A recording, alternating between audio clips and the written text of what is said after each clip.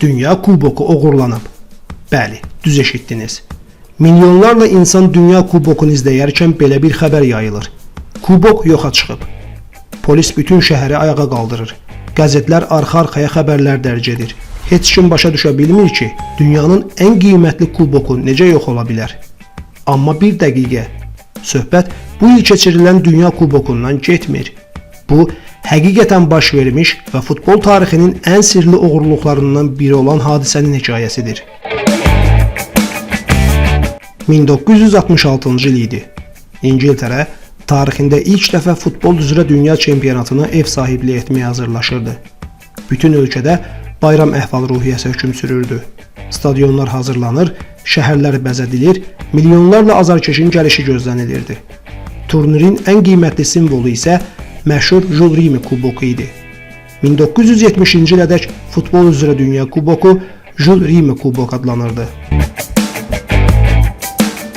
Bu kubok 1930-cu ildə keçirilən dünya çempionatının rəmzi sayılırdı və dövrün ən qiymətli idman mükafatlarından biri idi. O, təxminən 35 sm hündürlüyündə idi, gümüşdən hazırlanmış, üzəri qızıl örtüklə işlənmişdi və qədim Yunanların qələbə ilahəsi Nikeni təsvir edirdi. 1966-cı ilin mart ayında kubok Londondakı Westminster mərkəzi zalında keçirilən milli marka sərgisində nümayiş etdirilirdi. Təhlükəsizlik tədbirləri mövcud olsa da, heç kim belə bir oğurluğun mümkün olacağını düşünmürdü. Martın 20-si Bazar günü. Sərgi ziyarətçilər üçün açıq idi. Günorta saatlarında mühafizəçilərdən biri qısa müddətlik zalı tərk etdi. Cəmi bir neçə dəqiqə sonra inanılmaz hadisə baş verdi. Naməlum şəxs vitrini açdı, kuboku götürdü və sakitcə binadan çıxıb getdi. Heç kim onu saxlamadı. Hadisə aşkar ediləndə isə artıq çox gec idi. Dünya kuboku yoxa çıxmışdı. Xəbər ildırım sürəti ilə bütün dünyaya yayıldı. İngiltərə polisi ölkə üzrə geniş miqyaslı axtarışa başladı. Hava limanları və sərhəd keçid məntəqələri nəzarətə götürüldü. Yüzlərlə polis əməkdaşı bu işə cəlb edildi. Minlərlə insan dindirildi. Amma kubokdan əsər əlamət yox idi. Hadisədən cəmi 7 gün sonra isə hər şey tamamilə gözlənilməz şəkildə dəyişdi. Londonda yaşayan David Corbett adlı bir kişi iti Pickles ilə axşam gəzintisinə çıxmışdı.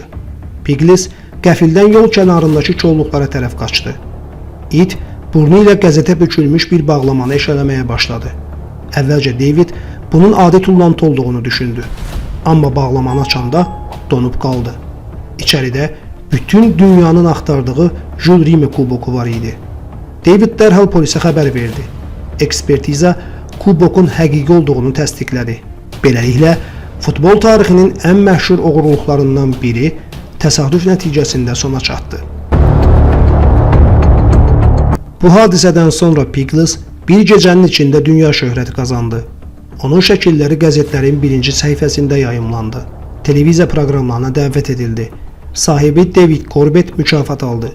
Pickles isə xüsusi medal və bir illik it yeməklə mükafatlandırıldı.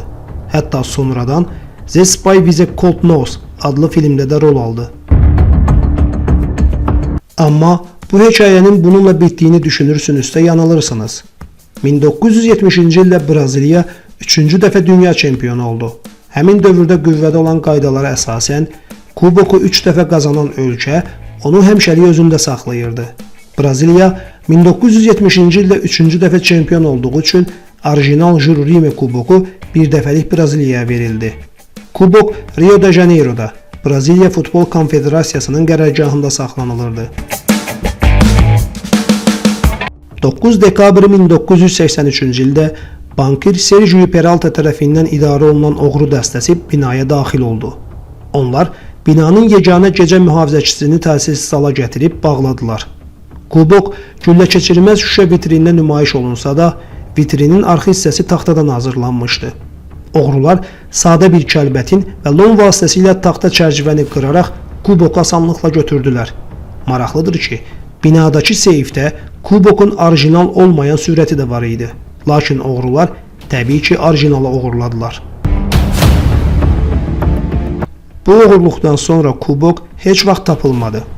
Əsas versiyaya görə oğrular 1.8 kiloqram olan bu kuboku dərhal əridib külçə alına salaraq qara bazarda satıblar.